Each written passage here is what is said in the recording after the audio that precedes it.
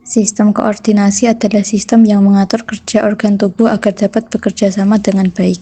Sistem ini terdiri dari sistem hormon dan sistem saraf. Sistem hormon. Sistem hormon adalah kumpulan kelenjar dan organ yang memproduksi hormon, zat kimia yang mengatur berbagai fungsi tubuh. Komponen sistem hormon. 1. Kelenjar hipotalamus. Lokasi di otak. Fungsi mengatur banyak fungsi penting, termasuk suhu tubuh, rasa lapar, haus, dan juga siklus tidur. Hipotalamus menghasilkan hormon yang mengatur aktivitas kelenjar pituitari.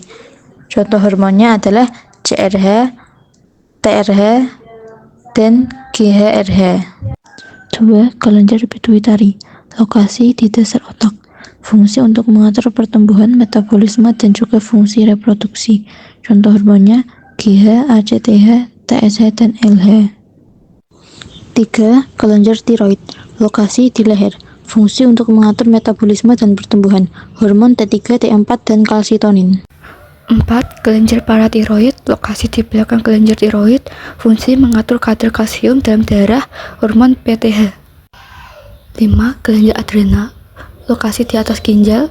Fungsi mengatur respons stres, tekanan darah, dan metabolisme. Hormon kortisol, adrenalin, noradrenalin, dan aldosteron. 6. Kelenjar pankreas. Lokasi di belakang lambung. Fungsi mengatur kadar gula darah, hormon insulin, dan glukagon. 7. Kelenjar gonad, testis, dan ovarium. Lokasi testis di skrotum dan ovarium di panggul. Fungsi hormon. 1. Pertumbuhan dan perkembangan. 2. Metabolisme. 3. Respons stres. 4. Regulasi gula darah. Gangguan pada sistem hormon. 1. Diabetes. 2. Hipotiroidisme. 3. Hipertiroidisme. 4. Sindrom Cushing. Sistem saraf adalah sistem koordinasi yang bertugas mengendalikan seluruh aktivitas tubuh. Cara kerja sistem saraf adalah dengan menerima dan meneruskan rangsang ke pusat saraf, misalnya otak atau sumsum tulang belakang. Susunan sistem saraf dari tubuh kita terdiri dari sistem saraf pusat dan sistem saraf tepi. Saraf pusat disusun oleh otak dan juga sumsum tulang belakang. Otak dilindungi oleh tengkorak, sedangkan sumsum tulang belakang dilindungi oleh ruas-ruas tulang belakang. Pada otak maupun sumsum tulang belakang, terdapat lapisan pelindung dari jaringan ikat. Lapisan tersebut disebut sebagai meninges. Bagian-bagian otak. Yang pertama ada otak besar atau cerebrum. Kedua, diencephalon. Ketiga, otak tengah atau mesencephalon. Keempat, otak kecil atau cerebellum. Yang kelima, pons Farolli atau jembatan Farol. Dan yang terakhir, medulla oblongata. Otak besar atau cerebrum merupakan sumber kecerdasan, berfungsi sebagai pusat ingatan, pusat kesadaran, pusat alat indera, dan juga pertimbangan. Otak besar menjadi pusat pengaturan semua kegiatan atau gerakan yang kita sadari. Otak besar terdiri dari beberapa lobus. Ada lobus frontalis, yaitu sebagai pengendali otot rangka dan tempat terjadinya proses intelektual. Lobus temporalis, pusat pendengaran, penciuman, dan pengecap. Lobus parietalis, pengatur perubahan kulit dan otot, dan juga lobus occipital sebagai pusat penglihatan. Yang kedua ada diencephalon, terletak di antara cerebrum dan otak tengah atau tersembunyi di balik hemisfer cerebral.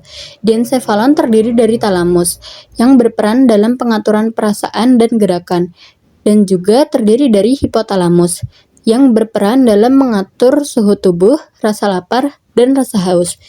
Kemudian ada otak tengah, disebut sebagai mesencephalon. Otak tengah merupakan penghubung antara pons Farolli dan otak kecil dengan otak tengah. Jadi, otak tengah ini sebagai pusat refleks, berfungsi untuk mengatur gerakan refleks mata dan mengontrol pendengaran. Selanjutnya ada otak kecil, merupakan otak yang terletak tepat di bawah bagian posterior otak besar. Pada bagian paling bawah terdapat jembatan Farol. Otak ini berfungsi untuk mengatur keseimbangan gerak, koordinasi gerak otot, dan juga posisi tubuh. Selanjutnya ada pons Farolli.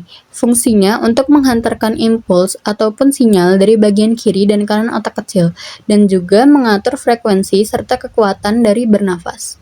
Dan yang terakhir ada medulla oblongata, merupakan lanjutan otak yang menghubungkan otak dengan sumsum tulang belakang, berfungsi untuk mengatur denyut jantung, mengatur pelebaran dan penyempitan pembuluh darah, mengatur gerak alat pencernaan, mengatur sekresi kelenjar, mengatur bersin, sendawa, batuk, muntah, dan juga mengatur alat gerak pernafasan.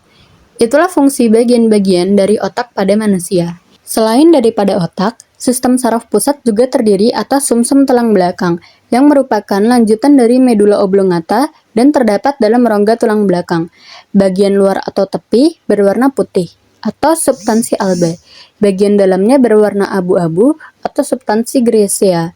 Sumsum tulang belakang berfungsi untuk menghantarkan impuls dari dan ke otak, serta sebagai pengatur gerak refleks. Sumsum tulang belakang terdiri dari saraf spinal, sumsum bagian dalam, sumsum bagian tepi, kanal pusat, sayap dorsal, sayap ventral, badan sel neuron motorik, akson neuron motorik, badan sel neuron sensorik, dan akson neuron sensorik. Sistem syaraf adalah kumpulan jaringan yang berfungsi untuk mengordinasikan seluruh aktivitas tubuh. Komponen sistem syaraf meliputi sel syaraf, sistem saraf pusat, dan sistem saraf tepi.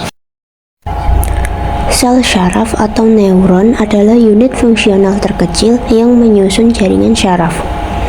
Nukleus ialah sel syaraf yang berkelompok di syaraf pusat, sedangkan sel syaraf yang berkelompok di selain syaraf pusat disebut ganglion.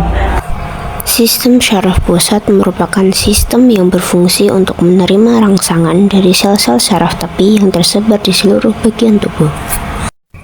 Sistem syaraf tepi adalah lanjut jaringan saraf yang bertugas membawa impuls atau sinyal dari dan ke sistem saraf pusat. Berdasarkan arah impuls, sistem saraf tepi terbagi menjadi saraf sensorik dan saraf motorik. Berdasarkan asalnya, sistem saraf tepi terdiri dari saraf kranial, yakni saraf yang berjumlah 12 pasang dan merupakan percabangan dari otak. Lalu saraf spinal, yakni saraf yang berjumlah 31 pasang dan merupakan percabangan dari sumsum tulang belakang dan campuran saraf sensorik dan motorik. Berdasarkan fungsi, sistem saraf tepi terdiri dari saraf somatik atau saraf sadar dan saraf otonom atau saraf tidak sadar. Serabut syaraf, kumpulan akson dari banyaknya sel syaraf yang diselimuti selubung mielin atau tanpa mielin, lalu membentuk saraf yang menghantarkan rangsangan dari satu bagian ke bagian lainnya. Serabut saraf terbagi menjadi serabut saraf sensorik dan serabut saraf motorik. Hubungan antara sistem saraf pusat dengan serabut saraf sensorik adalah sebagai berikut. Serabut saraf sensorik mengirimkan sinyal dari reseptor ke sistem saraf pusat untuk diproses. Misalnya, saat tangan menyentuh benda panas, serabut sensorik membawa informasi suhu ke otak. Lalu, hubungan antara sistem saraf pusat dengan serabut saraf motorik adalah sebagai berikut. Saraf motorik mengirimkan perintah dari sistem saraf pusat ke otot untuk memberikan respons. Misalnya, setelah otak memproses sensasi panas, serabut motorik mengirim sinyal ke otot tangan agar menarik diri dari benda tersebut. Reseptor, struktur pada sistem syaraf yang peka terhadap rangsangan. Reseptor juga bisa disebut dengan panca indera. Panca indera meliputi penglihatan, penciuman, pendengaran, pengecap, dan peraba. Mata sebagai indera penglihatan. Pada mata terdapat syaraf optik. Cara kerja saraf ini adalah dimulai dari cahaya yang masuk, difokuskan oleh kornea dan lensa ke retina, tempat sel reseptor mendeteksi cahaya.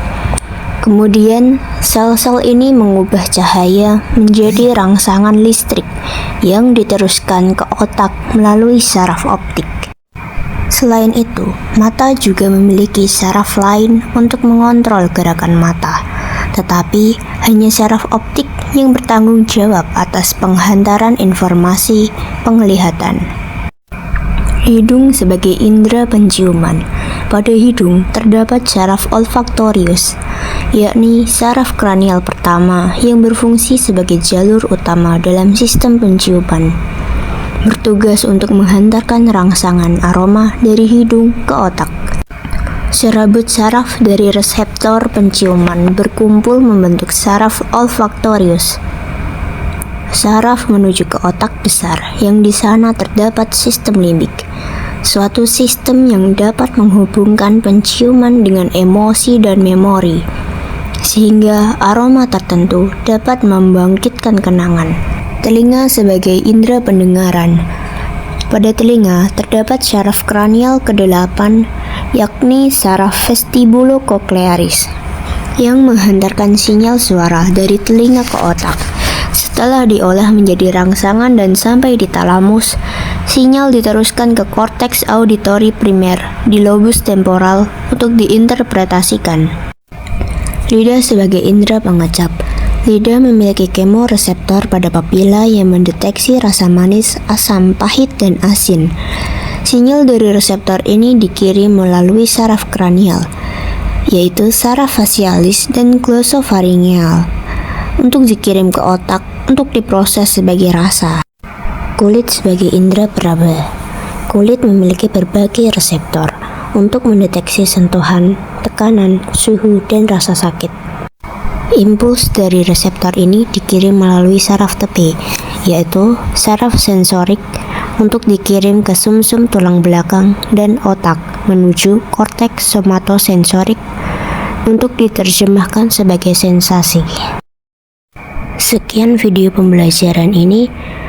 Apabila ada salah kata, mohon dimaafkan dan semoga membantu. Terima kasih.